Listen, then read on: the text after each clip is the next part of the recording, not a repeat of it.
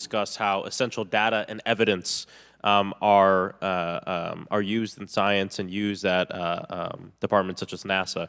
During a hearing, NASA Administrator Nelson affirmed the importance of NASA in helping us to understand UAP. Mr. Gold, if the government doesn't have the data it needs on UAP because, say, someone who saw something is concerned about stigma, public backlash, et cetera, or maybe there's just not good systems in place, how are we supposed to ultimately figure out what's going on? Yeah, thank you for the question. And let me compliment Administrator Nelson that there wouldn't have been a UAP independent study team if it wasn't for his leadership and courage. We're talking about data and where we can get data from. As I described, NASA has whole archives of data, much of which I believe will likely have information that will help inform UAP. We need only look. And again, in an era with AI and ML, we can relatively quickly and easily go through it. So I think it's something that we should encourage NASA to do. However, per Chairman Grothman's comment about UAP focusing on national security sites, I believe there's something, sir, that you may have heard of called sensor bias. That because we've got more cameras, more monitoring of national security, we don't know how extensive UAP activity may be over civilian areas. And this is to the second part of your question where we're not collecting the data. We're not collecting sufficient data from pilots. We're not collecting sufficient data from civilian and commercial activities. And this is, again, where ASRS, I think, could substantially change that, get the data out there, and allow us to do good science. Yeah. Thank you. I mean, on the data, you know, I'm a really big proponent of transparency. But obviously, there's always a little bit of balance that we have to have in government on transparency as well. I mean, last year, NASA appointed a director of UAP research in response to the recommendation by the independent study team. In the final report, there's a quote, "Despite numerous accounts and visuals, the absence of consistent, detailed, and curated observations means we do not presently have the body of data needed to make definite and scientific conclusions about UAP." Can you just talk really quickly about that balance of security and transparency? So I can say, having served at NASA, it is the most transparent organization I've ever been in. When we would have conversations of executive leadership, things would leak out almost instantly. So I can assure you, intentionally or not, NASA's very transparent.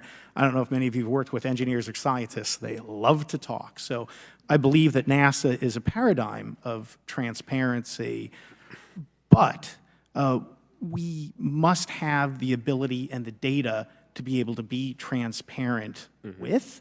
And if we're not gathering that, if we're not looking at it, then we can't bring NASA into the game and get to that good science that you need. You know, it was about a year ago, I was touring a facility with a pretty senior government official. We went by a certain hangar and they said, yeah, that's, you know, a company leases that out. We don't really know what's going on in there. We have no way of knowing what's going on in there. And there was a few of those, in fact, while we were driving around this facility. To what extent do you think that some of the UAP out there comes from off the books or unauthorized experimental aircraft? I mean, I think probably the vast majority of UAP are drones, experimental aircraft, weather conditions, which is, again, why I say if we review the data, I think we're going to discover a lot about things we weren't even thinking about. But there is a percentage that isn't. And looking into those anomalies is how discoveries will be made. And relative to science, Congressman, if I can say, when NASA studies black holes, when NASA studies galaxies, we have instruments that are tailored to do so. With UAP, we're using cockpit gun cameras or cell phones.